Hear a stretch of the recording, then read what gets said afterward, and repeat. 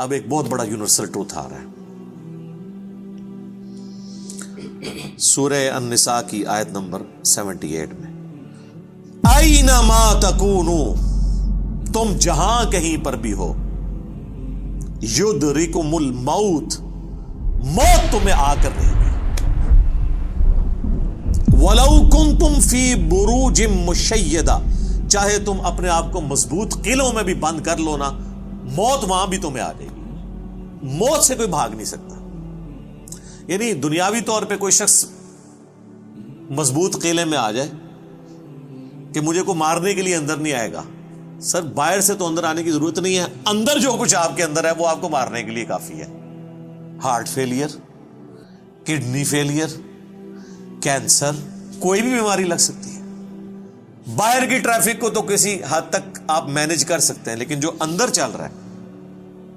وہ تو اتنا کمپلیکس نظام ہے کہ ذرا سی بھی آپ کی صرف جو سیلز کی خلیوں کی ڈسٹریبیوشن ذرا سی بھی ڈسٹرب ہو جائے، کینسر بن جاتا ہے. اس کے اوپر کسی کا کنٹرول ہے؟ کتنی ینگ ڈیتھس آپ آئے دن سنتے رہتے ہیں. 25 سال کا لڑکا تھا جی، 30 سال کا لڑکا تھا جی، ہارٹ فیلئر سے مر گیا جی. یہ بھی جو عفنان بھائی بتا رہے تھے، ان کے دوست سحری کر کے سوئے ہیں، اٹھے ہی نہیں ہے، 27-28 سال عمر ہے. تو وہ اللہ تعالیٰ نے ہر شخص کو جو ٹائم دیا ہے وہ، لہذا جس طرح اللہ کو ایک ماننا ضروری ہے نا، اور اس میں کوئی شک نہیں ہے ایک ایمان والے شخص کے لیے، اس طرح بالکل اس طرح یہ ماننا ضروری ہے کہ جو رات باہر ہے قبر کی وہ اندر نہیں ہے، اور جو اندر ہے وہ باہر نہیں ہو سکتی.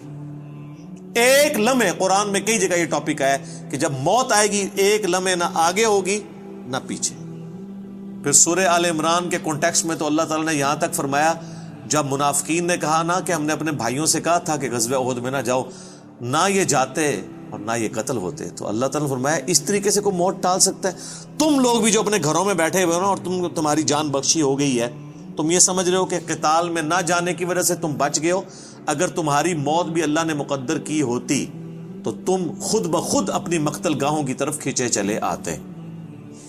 اور اس کو سپورٹیو حدیث ہے صحیح مسلم کی، نبی علیہ السلام نے غزوہ بدر سے ایک دن پہلے زمین پہ لکیریں کھینچی تھی. کل یہاں پہ ابو جہل کی لاش پڑی ہوگی، کل یہاں پہ عتبہ کی لاش پڑی ہوئی ہوگی، اور صحابہ کرام کہتے ہیں اللہ کی قسم اگلے دن ہم نے ان کی لاشیں ایگزیکٹ انہی جگہوں پہ دیکھی. یعنی اللہ تعالیٰ نے اپنے نبی کو وحی کے ذریعے بتا دیا تھا کل یہاں پہ لاشیں پڑی ہوں گی. تو وہ اللہ نے ان کا موت کا وقت مقرر کیا ہوا تھا، اور نبی علیہ السلام کو بتا دیا، آپ نے اپنی امت تک وہ پیغام پہنچا دیا. یہاں پہ اگر کوئی کہتا بھی ہے نا جی کہ جی وہ جی جڑی رات قبر چاہیے وہ باہر نہیں، جڑی باہر ہے وہ اندر نہیں ہے، یہ اکثر وہ بدماش گنڈے اور ڈان کہہ رہے ہوتے ہیں جو قاتلانہ حملے میں اپنے دوسرے جو مقابل ڈانوں سے بچ جاتے ہیں نا، تو پھر وہ کہتے ہیں اور جی جڑی لہی ہے نا جی وہ تو پوری کرنی ہے نا جی، انج تے نہیں کو مار سکتا. پھر ساتھ یہ بھی جملہ بولیں گے کہ جی وہ جو ہے نا مارنے والے سے بچانے والا جو ہے وہ ذات بڑی ہے. او بھائی مارنے والے بھی اللہ کی ذات ہے، بچانے والی بھی اللہ کی، کوئی بڑی نکی نہیں ہے، ایک کی ذات ہے جو مارتی بھی ہے بچاتی بھی ہے. لیکن ظاہر ہے وہ اس کانٹیکسٹ میں کہہ رہے ہوتے ہیں کہ کوئی شخص کسی کو نہیں مار سکتا، تو بالکل ٹھیک ہے. اب اس کے بعد ہونا تو چاہیے اس کی بقیہ کی زندگی پھر دین کے مطابق گزرے. بقیہ یہ ہوتا ہے کہ وہ پھر 4-5 گنڈے اور اکٹھے کر کے اپنا بدلہ اتارتا ہے اپنے مخالف سے، یہ رزلٹ نکالتا ہے اس سے. حالانکہ جو یہ شخص کہہ رہا ہے کہ جی جو رات قبر میں ہے وہ باہر نہیں اور جو باہر ہے وہ اندر نہیں، اس کے بعد تو پھر اس کی زندگی چینج ہونی چاہیے نا، اسے اپنی موت اتنی سامنے دیکھ کے اسے اپنی آخرت کی تیاری کرنی چاہیے نا. لیکن وہ سورۃ الانعام میں آیا، اللہ تعالیٰ نے تو اس سے بھی بڑی بات کی ہے کہ جو نافرمان لوگ ہیں نا، اگر ہم انہیں دنیا میں دوبارہ بھی بھیج دینا تب بھی یہی کام کریں گے. یہ ہم نے سر خود دیکھا ہے، یہ آبزرو کیا ہے. میرے اپنے آفس کے کولیگ ایک دفعہ کراچی سے فلائٹ لے کے تو وہ آ رہے تھے اسلام آباد، تو راستے میں کافی زیادہ موسم خراب ہو گیا. تو اور آپ کو پتہ ہے جب موسم خراب ہوتا ہے تو جہاز تو پھر ایک کٹی پتنگ کی طرح ہے نا، تیز ہوا کے اندر اس کو آپ لینڈ نہیں کروا سکتے، اور اڑے گا بھی تو کتنی دیر اڑے گا، ایسی جگہ لے کے جانا پڑے گا جہاں پہ موسم ٹھیک ہو، اور ادھر پہنچنے سے پہلے اگر فیول ختم ہو گیا پھر تو جا کے وہ جنت یا جہنم میں ہی لینڈ کرے گا، دنیا میں نہیں لینڈ کر سکتا۔ تو وہ کہتے ہیں کہ جی بس جو لینڈنگ سے تھوڑی دیر پہلے ہی موسم خراب ہو گیا تو وہ پھر جہاز دوبارہ اٹھا لیا اس نے، پائلٹ نے، لیکن وہ جہاز قابو میں نہیں آ رہا تھا۔ اور آپ کو پتہ ہے وہ پھر اچانک جو ہے نا کافی زیادہ گہرائی پہ وہ نیچے آتا ہے جہاز، یعنی ہوا میں اگر وہ سپوز تقریباً یہ 747 تو 10 کلومیٹر ہائٹ تک اڑتا ہے، تو وہ ایک کلومیٹر 1 سیکنڈ میں ایک دم نیچے آتا ہے۔ وہ جب ایک دم نیچے آتا ہے نا تو وہ ظاہر ہے کہ اگر آپ نے سیٹ بیلٹ نہیں باندھی ہوئی تو آپ جا کے تو جہاز کی چھت سے جا کے لگیں گے، تو وہ بیلٹ پہلے بندھوا لیتے ہیں، اور پھر وہ اتنی زور سے کانپتا ہے۔ یہ تو میں نے خود بھی چائنا کی فلائٹ میں ایئر پاکٹس آتی ہیں پاکستان سے چائنا جاتے ہوئے، اتنی زور سے کانپتا ہے وہ جہاز کہ لگتا ہے کہ وہ یہ ابھی ٹوٹ جائے گا، ٹکڑے ٹکڑے ہو جائے گا، کیونکہ وہ ویسے تو انہوں نے ظاہر ہے وہ ہمارے علماء کرام نے تو نہیں بنایا ہوا کہ ناخالص ہو، وہ یعنی بڑا صحیح ڈیزائن کیا ہوتا ہے انجینئرز نے، اور اس کے اندر پوری ایک شاک ابزارو کرنے کی صلاحیت ہوتی ہے، وہ ہلتا بھی رہنا، وہ ٹوٹتا نہیں ہے، اس میں کافی ٹرسز لگا کے لچک موجود ہوتی ہے۔ بہرحال پھر بھی جو بندہ اندر بیٹھا ہوا ہے اس کو تو یہ سارے لوگ تو سائنسدان تو نہیں بیٹھے ہوتے، اور لگتا ہے کہ جناب ابھی جان گئی کہ، تو وہ جناب وہ کہتے ہیں کہ جی یعنی اس طرح لوگ کلمے پڑھ رہے تھے اور جناب چیخو پکار استغفر اللہ، جیسے کہ ابھی اگر اللہ نے ان کو دوبارہ بھی دنیا میں بھیج دیا، کیونکہ اب تو ان کے آخری وقت ہی قریب آیا ہوا تھا نا، وہ انہوں نے تو یہ کنکلوڈ کر لیا،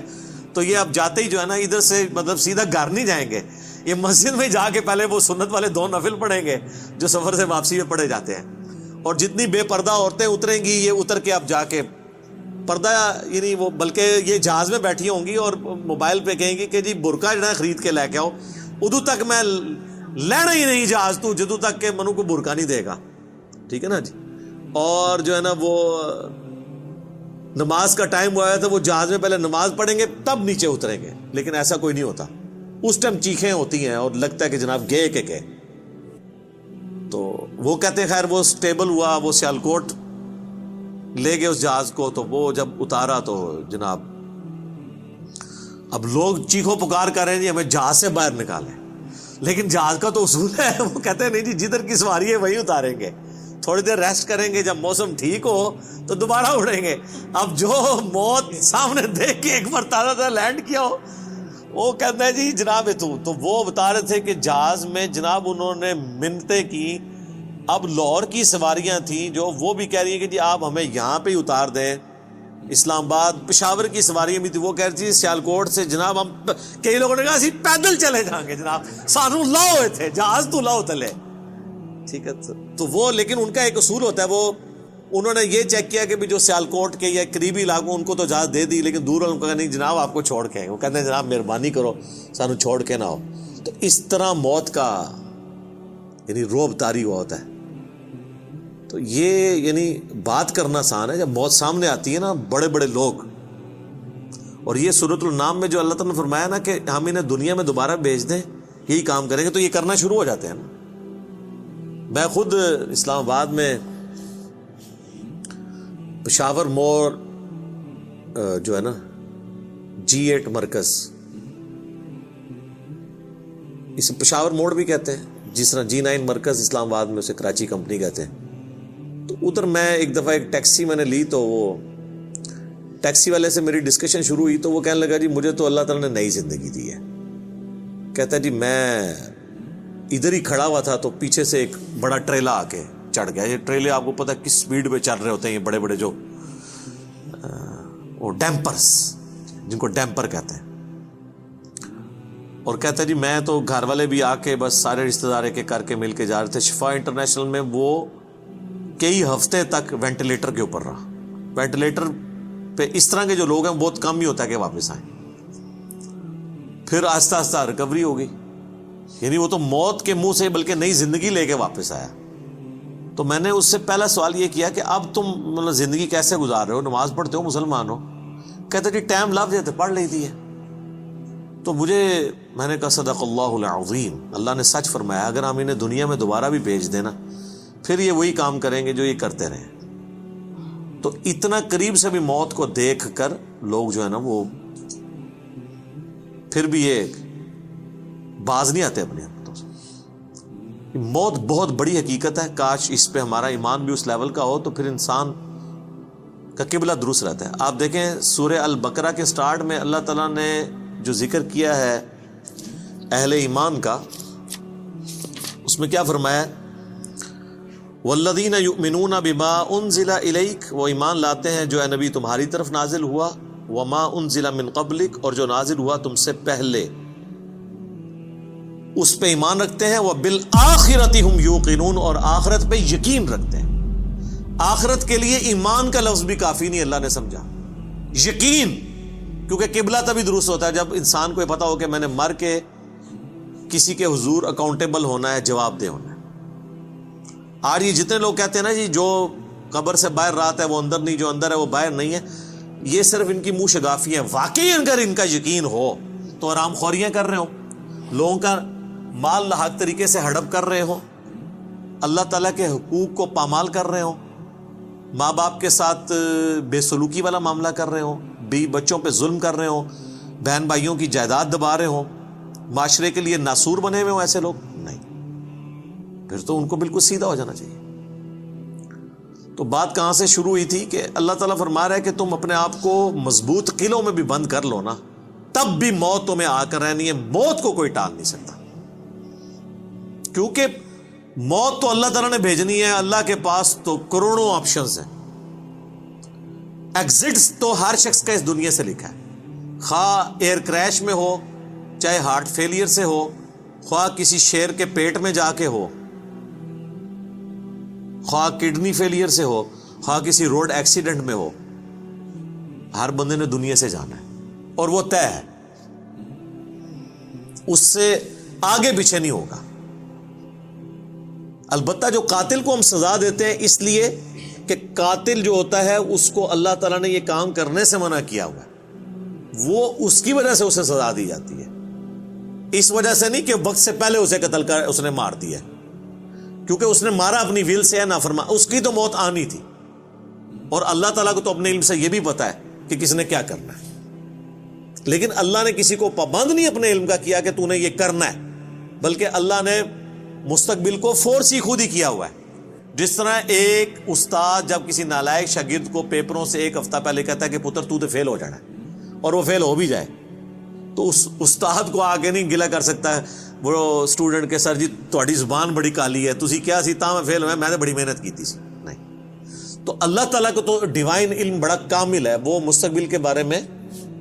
فورس ہی کرتا ہے. اب رہا یہ معاملہ کہ اللہ نے ہمیں اس آزمائش میں ڈالا کیوں ہے, تو وہ اللہ نے اس کو بین کر دیا. لا یسأل عما یفعل, اللہ کو کوئی نہیں پوچھ سکتا کہ اس نے یہ کیوں کیا. وہم یسألون, اور اللہ ہر ایک کو پوچھے گا. تو ابھی تو فی الوقت اللہ نے جس امتحان میں ڈالا ہے اس میں آپ نے گیون سرکمسٹانسز میں پرفارم کرنے کی کوشش کرنی. ہماری ایک اکیڈمی کے بڑے قریبی ہمارے ممبر عمر بھائی فوت ہو گئے آلموسٹ 37 ایئرس کی ایج میں, اللہ تعالیٰ ان کی مغفرت کرے. اور ماشاءاللہ انہوں نے اپنی ینگ ایج کے اندر اپنے عقیدہ توحید کی اصلاح کی, اپنے گھر والوں تک اصلاح پہنچائی, اپنے والدین تک پہنچائی. خوش قسمت ہوتے ہیں وہ لوگ جو جوانی میں خود بھی توبہ کرتے ہیں اور اپنے بوڑھے بوڑھے 70-80 سال کے ماں باپ جو روایتی دین کو, قبر پرستی کے دین کو لے کے چل رہے ہوں, بزرگ بابوں کے دین کو, ان کو بھی وہ اپنے ساتھ اس رائے ہاتھ پہ لانے میں کامیاب ہو جائیں, یہ نصیب والوں کا حصہ. تو ان میں سے ایک ہمارے وہ عمر بھائی بھی تھے, ان کا جنازہ بھی آپ کو پتہ ہے میں نے پڑھایا تھا. جیلم کی تاریخ میں چند بڑے جنازوں میں سے تھا وہ, ہزاروں لوگ اس میں شریک تھے. تو ان کی اچانک ڈیتھ ہوئی ہارٹ فیلئر سے. ینگ ایج میں اگر کسی کو ہارٹ اٹیک ہو تو یہ چانس ہوتے ہیں کہ اس کا ہارٹ فیل ہو جائے گا, کیونکہ ہارٹ ریئیکٹ کرتا ہے. بوڑھا بندہ پھر بھی سروائیو کر جاتا ہے. تو مجھے صحیح طرح یاد ہے کہ وہ ان کا ہارٹ فیل ہونے سے کچھ عرصہ پہلے کی بات ہے, 2017 میں جب میرے پہ پہلی دفعہ مرڈر اٹیمپٹ ہوئی 28 اکتوبر کو, اور اس میں میرا کافی خون بھی ضائع ہوا, کافی زیادہ زخم آیا, آپ لوگوں کو پتہ ہے. تو اس کے بعد میں عمر بھائی کے پاس ایک دفعہ گیا, ان کے شاپ پہ, ان کی فرنیچر کا بہت بڑا کاروبار ہے جیلم میں. تو میں نے گپ شپ شروع ہوئی تو مجھے کہتے ہیں علی بھائی میں چاہ رہا ہوں آپ کے لیے نا کوئی باڈی گارڈ رکھ دیتے ہیں تو میں اس کی پیمنٹ کر دیا کروں گا. تو میں نے ان کو کہا کہ میرے بھائی آپ کا ابھی تک یہ یقین کامل نہیں ہوا کہ موت کو کوئی ٹال نہیں سکتا. تو پھر میں نے ان کو یہی آیات کوٹ کی تھی کہ اپنے آپ کو مضبوط، اینما تکونوا یدرککم الموت ولو کنتم فی بروج مشیدہ، تم جہاں کہیں بھی ہو موت تمہیں آ کے دبوچ لے گی، خواہ اپنے آپ کو مضبوط قلعوں میں بھی بند کر لو. تو میں نے ان کو بھی یہ بات سمجھائی. میں نے کہا میرے بھائی باہر کی ٹریفک کو تو آپ کنٹرول کر سکتے ہیں، کسی حملہ آور کو تو آپ روک سکتے ہیں، اندر جو اتنی کمپلیکس ٹریفک ہے، روزانہ میرا دل 1,00,000 دفعہ دھڑک کر 10,000 لیٹر خون پمپ کرتا ہے میری نسوں میں، اس ٹریفک کو کون کنٹرول کر سکتے ہیں؟ 25 دفعہ ڈریسز کرتے ہیں روزانہ میرے گردے، یہ کام کرنا چھوڑ دیں، اس کو کون کنٹرول کر سکتا ہے؟ 23,000 دفعہ آلموسٹ پھیپڑے سانس اندر کرتے ہیں، اتنی دفعہ باہر کرتے ہیں. اب تو یہ کورونا کی وجہ سے لوگوں کو پوچھیں نظر ان کو سانس لینا کتنا مشکل ہو رہا ہے، ریکوری ہوتے بھی کئی مہینے لگتے ہیں. یہ سانس ہمیں خود لینا پڑ جائے نا یاد کر کے، ایک دن نہیں آپ سانس لے سکتے. 12,000 دفعہ ہماری یہ پلکیں جھپکتی ہیں، اور یہ اگر آپ کو روزانہ یوں کرنی پڑ جائے تو بس پھر آپ کوئی اور کام نہیں کریں گے، یہی کرتے رہیں گے. تو یہ سب کچھ میری مرضی کے بغیر اللہ تعالیٰ یہ سارے معاملات کو لے کے چل رہا ہوتا ہے. تو ہم باہر کی ٹریفک کو تو شاید مینج کر لیں کسی حد تک، وہ بھی کنفرم نہیں ہوتا. کئی بار روڈ ایکسیڈنٹ میں آپ دیکھتے ہیں لوگ اپنی جگہ پہ صحیح سائڈ پہ جا رہے ہوتے ہیں، مخالف سمت سے کوئی گاڑی آتی ہے، اس کا ٹائر پھٹتا ہے، وہ لڑکتی ہوئی دوسری طرف آ کے 4-5 بندے نیچے دے دیتی ہے. ان کا تو کوئی قصور نہیں ہے، وہ تو ہوتے ہی دوسری. یہ تو میں نے خود اس طرح کے ایکسیڈنٹس اپنی آنکھوں سے بھی دیکھے ہیں، تو پتہ ہی نہیں چلتا. تو باہر کی ٹریفک کو آپ کسی حد تک مینج کر لیں گے، لیکن اندر کی ٹریفک کو تو کوئی بھی نہیں کر سکتا. اور دیکھیں کچھ عرصے کے بعد ان کی اندر کی ٹریفک ہی فیل ہوئی اور دنیا سے چلے گئے. اللہ تعالیٰ ان کی مغفرت کرے، انہیں نیک کاموں کا اجر دے، ان کی برائیوں سے درگزر کرے، اور ہمیں بھی اپنی موت سے پہلے قبر و آخرت کی تیاری کرنے کی توفیق عطا فرمائے. اللہم من احییتہ منا فاحیہ علی الاسلام ومن توفیتہ منا فتوفہ علی الایمان. آمین.